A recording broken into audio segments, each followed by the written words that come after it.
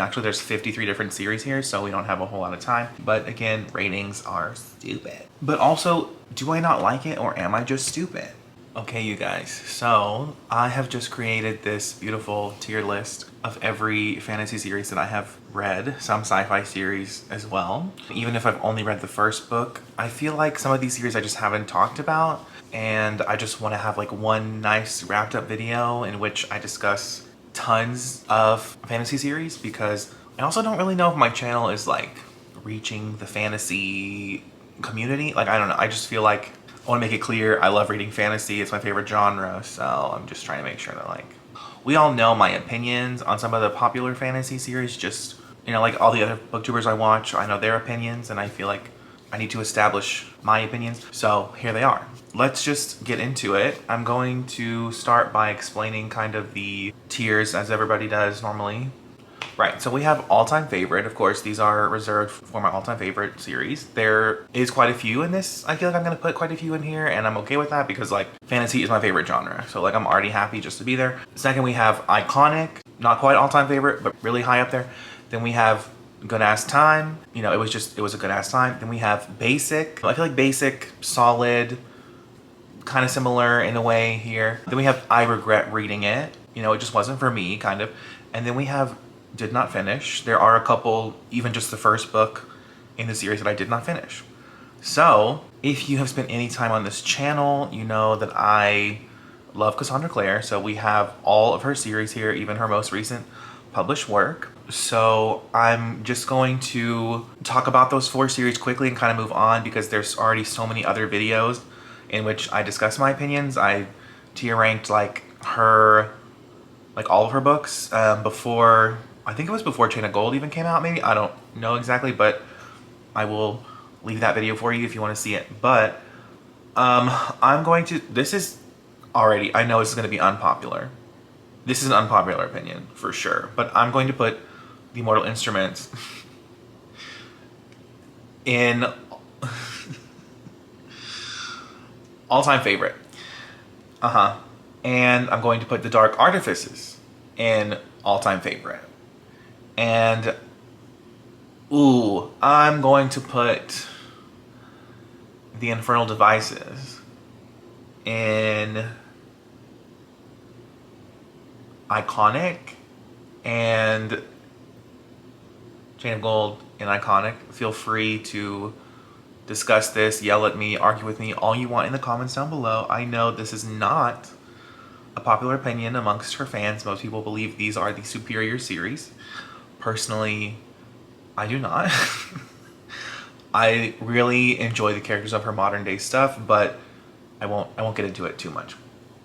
So the next one, this one's a little bit difficult because it's the first book in A Great and Terrible Beauty, or the Gemma Doyle trilogy, which is by Libba Bray. And this is like a historical kind of urban fantasy thing. I've only read the first 1.5 books, and I could put the second book in the DNF category, but for me there's like a DNF, but there's also like a not right now, I'm not in the mood. But I'm just gonna put the first book in good ass time to kind of not talk forever. But I do need to go back. I probably would reread the first book and the whole trilogy because, well, you'll see my opinions on the other series here in a minute. I'm also going to put Legendborn in good ass time. I'd be surprised if you'd never heard of this. This is an incredibly popular book. I mean, it was really good. It was a really good book. I didn't quite love it as much as I love me some Cassie Clare, but right. Moving on, we have, ooh, we got some heavy hitters all in a row here. Percy Jackson, I would put in all-time favorite, for sure.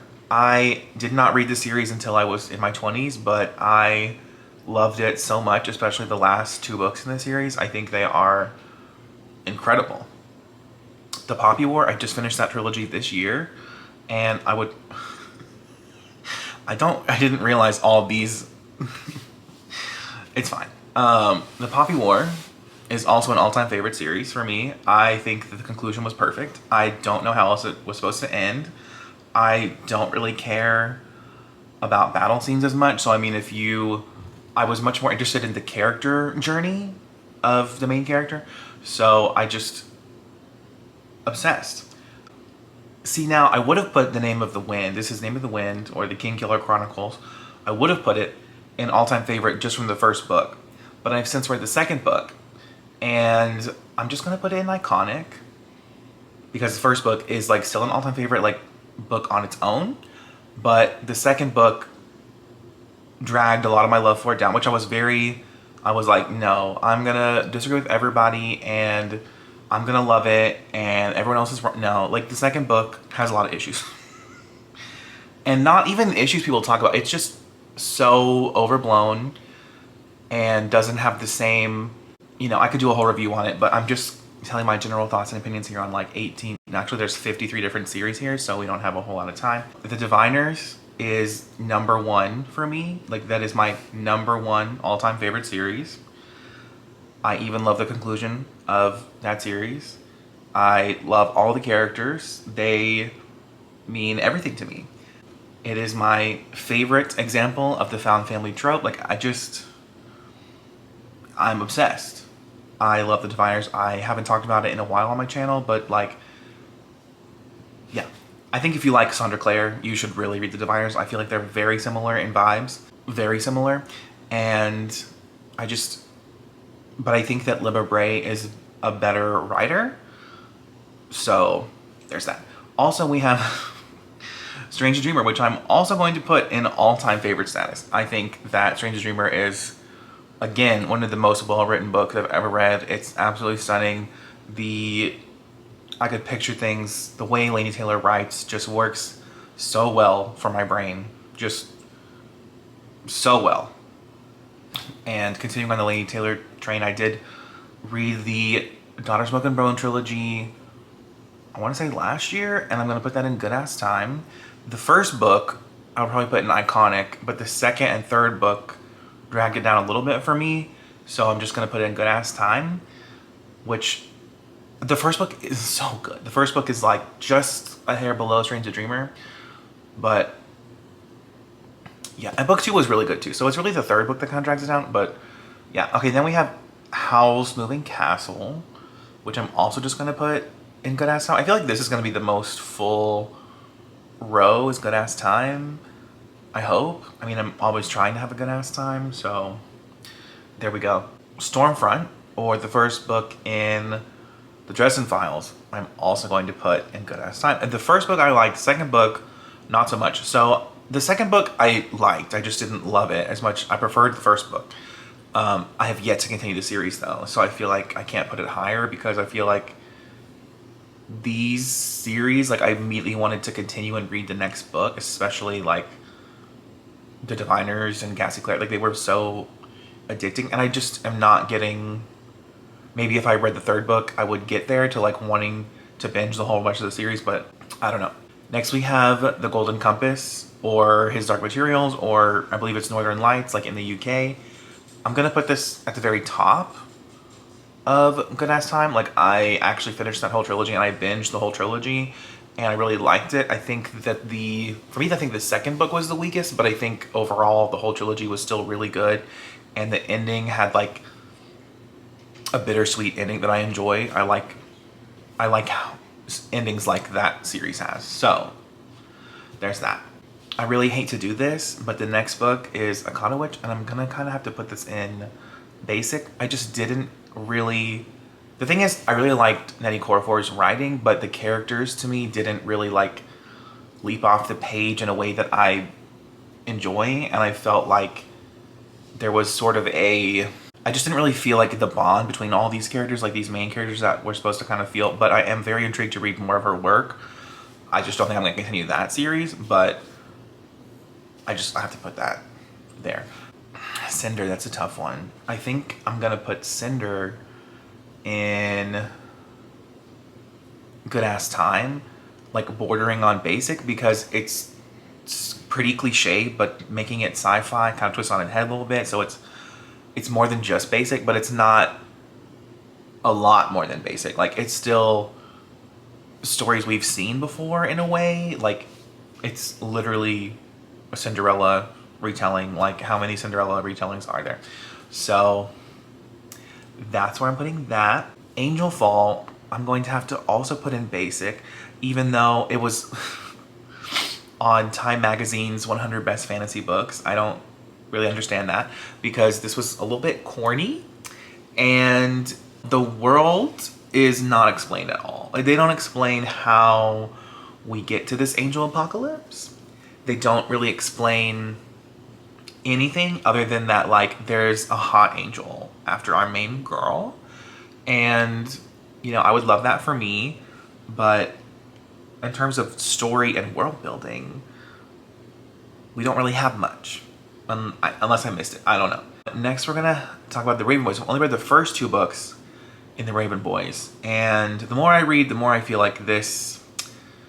I'm gonna put this, like, I kind of feel like this is on the same level for me as the Golden Compass trilogy. Now I actually finished that, so I feel like it's a little bit higher, and I do want to go back and eventually read the 3rd and 4th books in this series because I do really like Maggie Stiefvater's writing, and I liked some of the characters, and I feel like they were probably going to continue to grow on me as I continued the series, but I just didn't love this series quite as much as all these others. So Vicious, I'm gonna put that in iconic.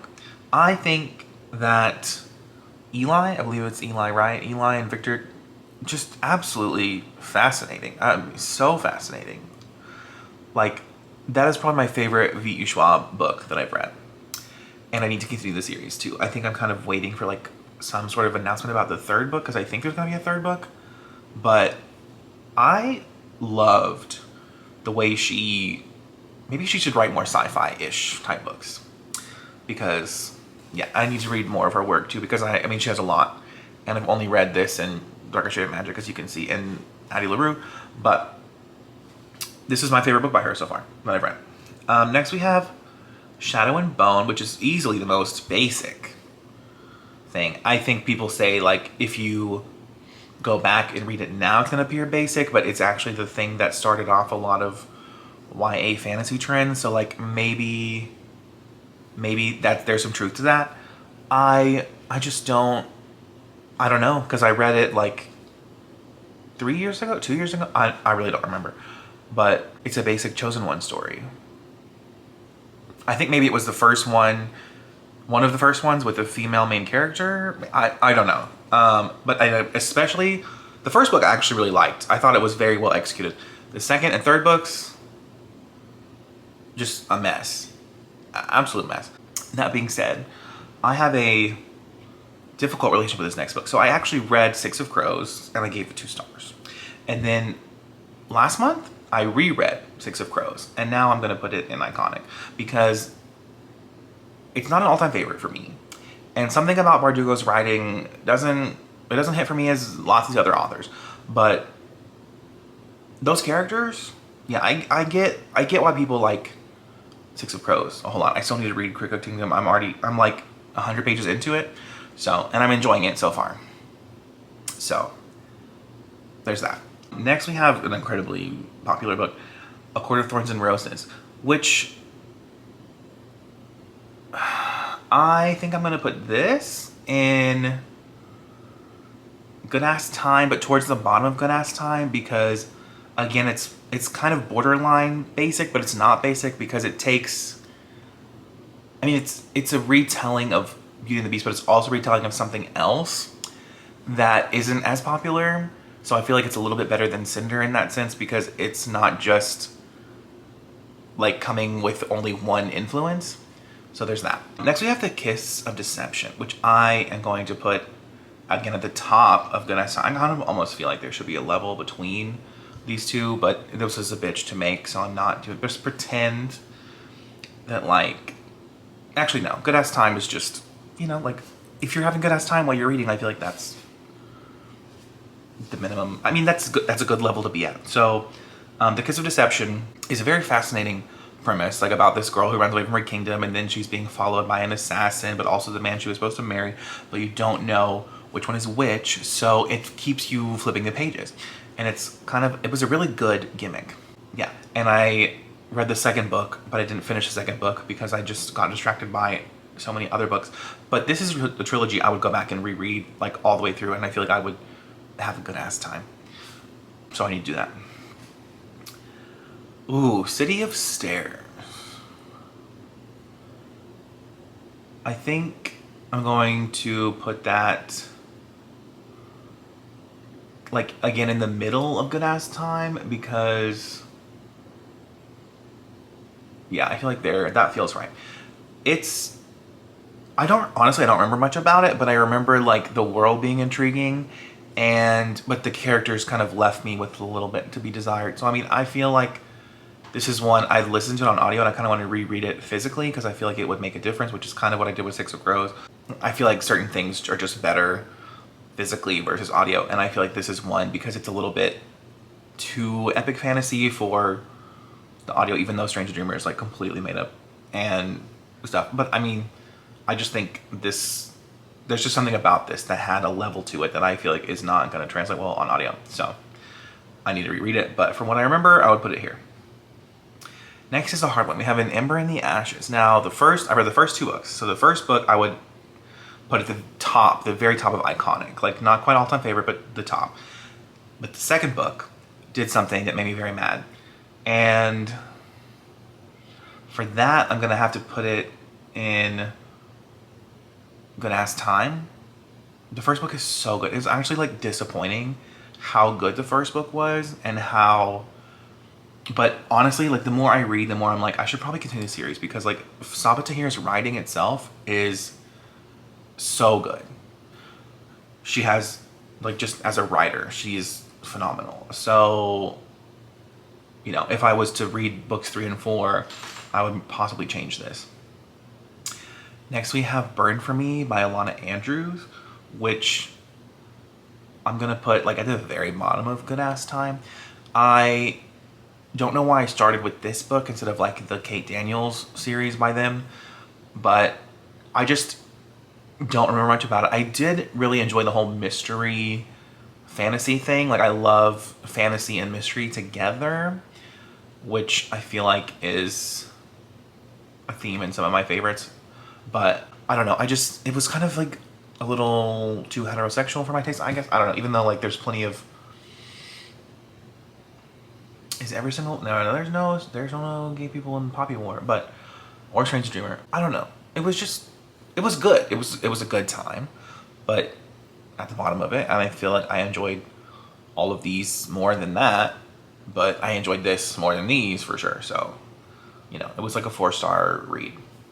Okay, next we have A Darker Shade of Magic, which is similar to An Ember in the Ashes situation, where I love the first book, and I would have put the first book in iconic, but then the second and third book were, ooh, I feel like I'm gonna put, Daughter Smoke and Bone is definitely, I think, still a better trilogy overall, even with my dislike of the third book, so I'm gonna put that here. That feels right. Yeah, that feels right. Look at me, most of my stuff's in Good Ass Time. Burying the Nightingale, I've only read the first book, so, but I'm putting this in. I just that first book was so, the writing, like, I literally felt like when I read that book, I was living in those pages, and that is what I seek as a reader. I read that whole book physically, and literally left Earth and went to Eastern European, woodsy, yeah, that's where I was living. I was living in that forest, like, I was like literally in a public place reading this book, like not, like completely not present in the moment at all because I was reading this book, which like is possibly bad, but yeah. Okay, next we have Every Heart a Door, which I've only read the first book, but I would put this, ooh, I'm never gonna put it in iconic, but I think I'm gonna put it above Six of Crows for me personally. Ooh, it's tied with Vicious, so I'm gonna put it there, but I need to continue the series because it's fantasy with LGBT characters. Like this has the potential to move up to all-time favorite if I enjoy the following installments for sure. So like I said, we had some sci-fi on here. So we have Scythe, and Scythe I feel like deserves to be next to like The Raven Boys. I feel like the first 2 books were so good, and the third book definitely was a letdown, but not enough to not put it next to like the Raven Boys, and yeah, I feel like these three are like borderline iconic, and then these are all good ass time, but these three borderline iconic. Okay, next we have Wolf Song, which is I don't know if there's a series name, but it's like werewolf Twilight but gay. And I definitely want to continue this series, and I'm definitely going to put this in good ass time, but I didn't actually continue this series. I did actually continue all of these other series. Yeah, I'm going to put it here. I'm going to put it behind Darker Shades of Magic, but if I continue the series, it could make its way up into at least iconic, for sure. Okay, next we have Nevermore, The Trials of Morgan Crow, and I'm going to put this...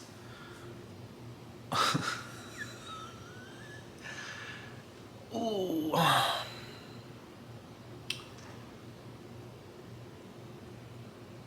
It's either the bottom of all-time favorite, because it's not complete, but I've read the first 3 books, and I loved all 3 books, and they're so whimsical and amazing, and yeah, I'm gonna put it in all-time fave for now. And, you know, the series has potential to, like, make its way up to be my #1 favorite. I don't know. But definitely one of my favorites, for sure. So, if it's not a favorite, it's iconic, you know. Okay, next up we have The Rage of Dragons, which I think I'm gonna put in...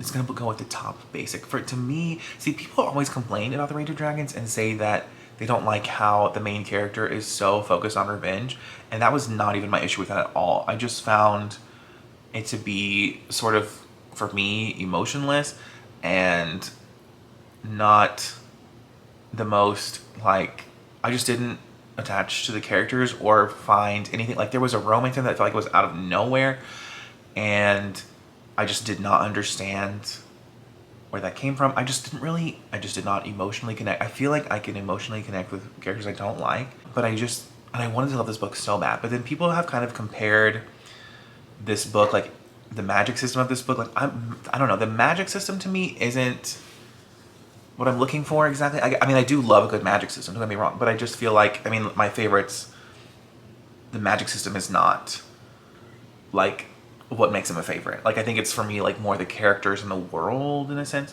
So definitely with like the Poppy War is a character thing, and Strange Dreamer is like a world and writing thing.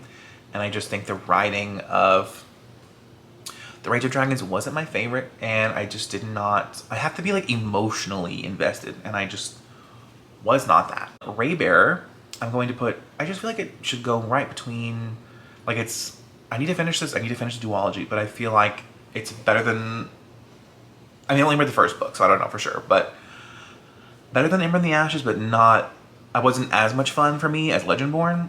I thought Legendborn was one of the better YA fantasy series to come out like recently, for sure. And I mean, so was this. So this I think I need to reread for sure. But this, I remember being more emotionally invested for sure than a lot of this other stuff. Like, definitely more than like City of Stairs. That I didn't have a whole lot of emotional investment in and stuff. And like, I don't know.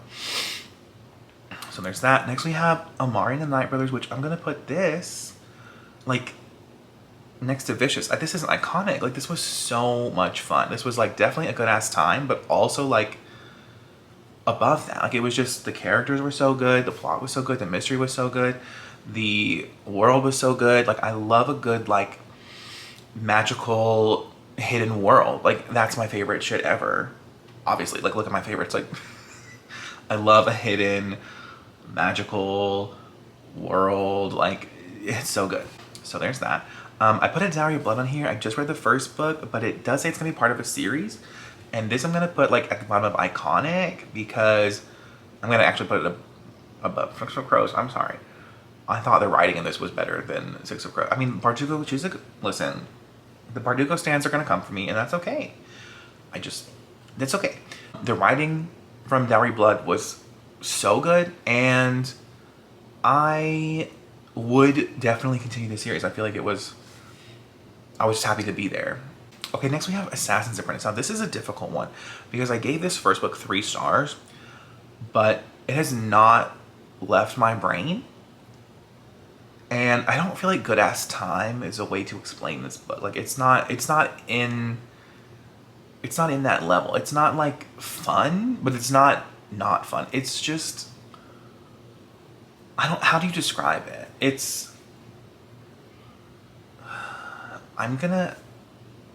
This is why rating books is stupid, because I gave this 3 stars, but I gave Six of Crows 4 stars, but I actually think that this is like iconic and like more iconic. It keeps sitting with me because Robin Hobb's writing itself is so good. Like just the writing and the characters, and I'm interested in the world. Like I feel like me and Robin Hobb, I need to continue. I've only read the first book. So I feel like she's gonna feed like what I want.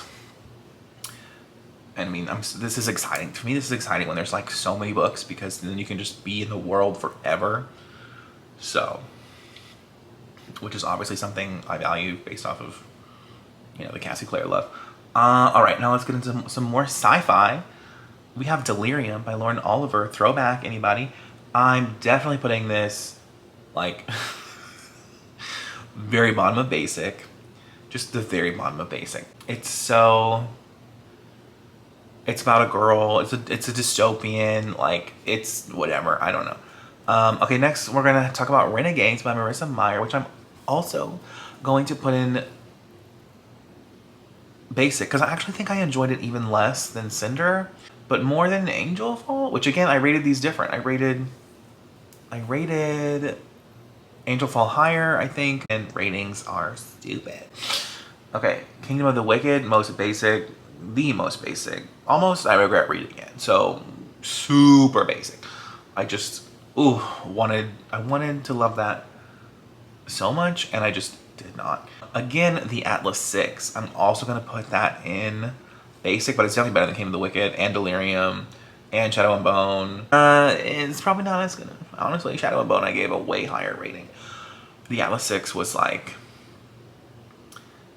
listen, if you liked the Atlas 6, or you were disappointed in the Atlas 6, or you enjoyed the dynamics of the Atlas 6, you have got to read the Diviners. It is a way better version of the Atlas 6. Like, if you wanted to follow like 6 characters with all having their own special power, and they talk about philosophy, and they talk about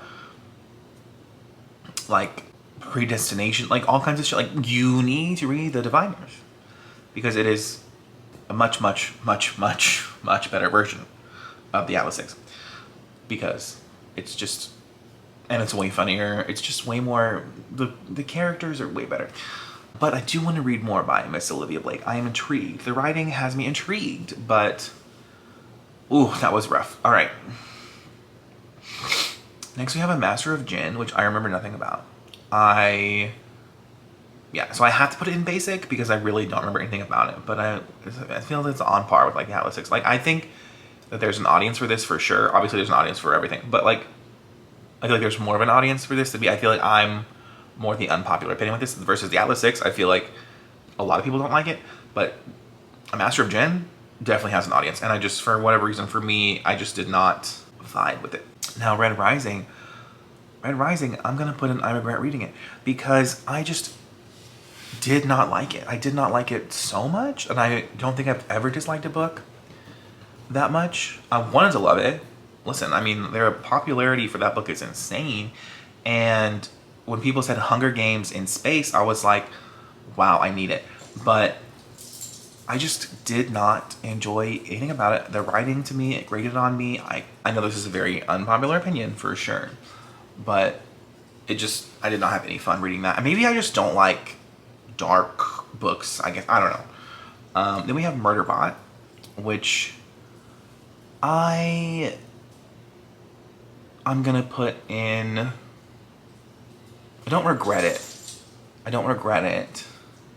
but I don't think it's basic. I just think it wasn't for me. So because I feel like it's more on the border of I regret reading it, I'm gonna put it here. But it's not as bad as, it wasn't as bad for me as Red Rising. But the humor in that didn't work for me. And listen, I love to laugh. I think I have a great sense of humor, but this was not funny to me. Again, though, I would reread it and maybe be corrected, because look what happened with Six of Crows. Like, this used to be way here at the bottom. So, rating books is stupid. Also, ranking books is stupid. None of this means anything.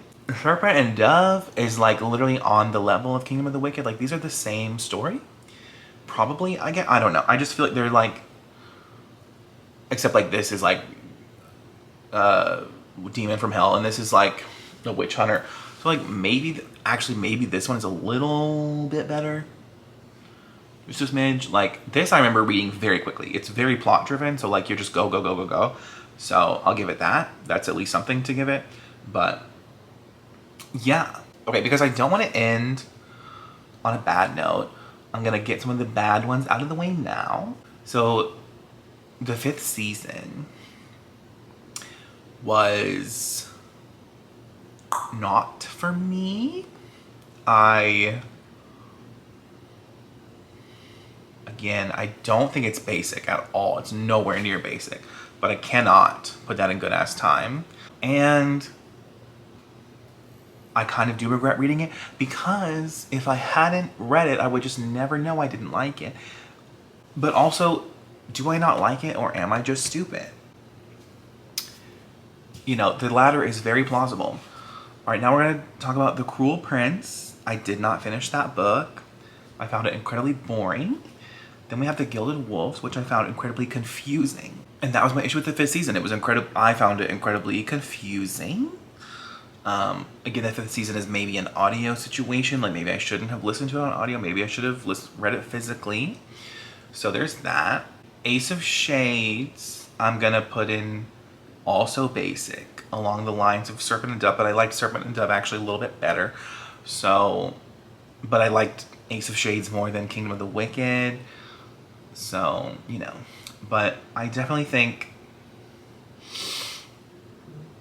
it was basic, for sure. Let's talk about Mistborn.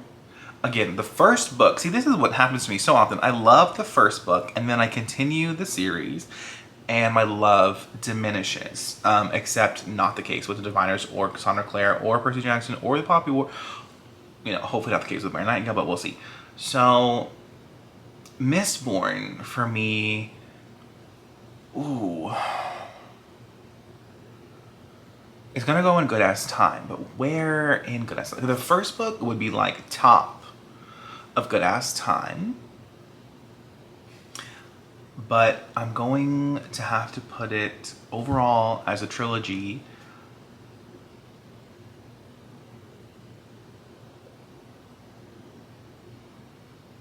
Again, I talked earlier about the emotional resonance being an important thing for me. In the first book, I was like able to kind of look past that, but as the second and third books went on, and again, this could be an audio situation because the narrator for this trilogy is incredibly monotone, which is, again, many people love Mr. Kramer. They think he is a fantastic narrator, but for me, he does very little. And I did read 3 of the Cinder books, and I had more fun reading those than Mistborn, which, again, I know is a very unpopular opinion. But again, I could reread the trilogy and change my whole fucking mind. Who knows? I could reread all of these books, and, well, I don't think I could reread Serpent and Dove, or Ace of Shades, or Kingdom of the Wicked. But I do think I could reread the 5th season and Murderbot and possibly change my mind. But Red Rising, not sure. And these two, also not sure. Because I didn't even finish the book in the first place. I don't know. Alright, now we're going to talk about City of Brass, which I kind of want to put in basic. But like, the top of basic. Because there were things world-wise I enjoyed, and the writing I enjoyed, but the characters, see, the characters are very important, in my opinion. So, the characters and the writing. I think if the characters and the writing had been there, you know, I just didn't love the characters. I liked the writing and the world, but I needed more from the characters. But maybe if I continue the series, because I only read the first book, maybe that would change. I don't know. All right, so now we're going to talk about Vampire Academy, which is a 6-book series that is not good. It's not good. It's trash. However, it's a good ass time, and therefore it is going right above the Raven Boys. It's okay. I know my takes are stupid, but I thought that this was, I mean, the council, the world, the different types of vampires. Like, yes, there are definitely some problematic elements in terms of our love interest and the age gap. Yes, there are issues, but was it fun? Was it fun to read? Yes. Was I emotionally invested? Yes. So, you know, is it way too high up in this tier list? Yes. But it's definitely not iconic and it's not an all-time favorite, but like, it was it's like the epitome of a good ass time. And that's what I want when I'm reading. Like, I want to have fun. So, you know, and there was so many interesting like mysteries. Like, it was an engaging reading experience from start to finish, in my opinion. I did kind of get burnt out of it by like the 6th book, but I still think it was the same. I don't know, maybe the Raven Boys definitely has like, you know what, we're gonna move the Raven Boys above it and we're gonna move Scythe above it, because I think, sorry, my camera died, but I am going to say I believe that these 3 are better written than Vampire Academy. But I mean, this is a 6-book series and I read all 6 books, so I feel like that says something. But there we go, there we have it. I feel pretty good about all these rankings. I do wonder, because these 2 are sci-fi, like if I just don't like sci-fi in books, or if I just haven't found the type of sci-fi. Maybe I prefer a cozy sci-fi situation, but I do also have Gideon the Ninth, which I don't believe is cozy at all. Haven't read it. And I have The Long Way to a Small Angry Planet, so possibly those could get me on the sci-fi train. I don't know. But yeah, there we go. There we have it. That is my final ranking of all of these fantasy series that I have read. I would love, love, love, love to hear your thoughts. Anything you disagree with, please let me know in the comments down below.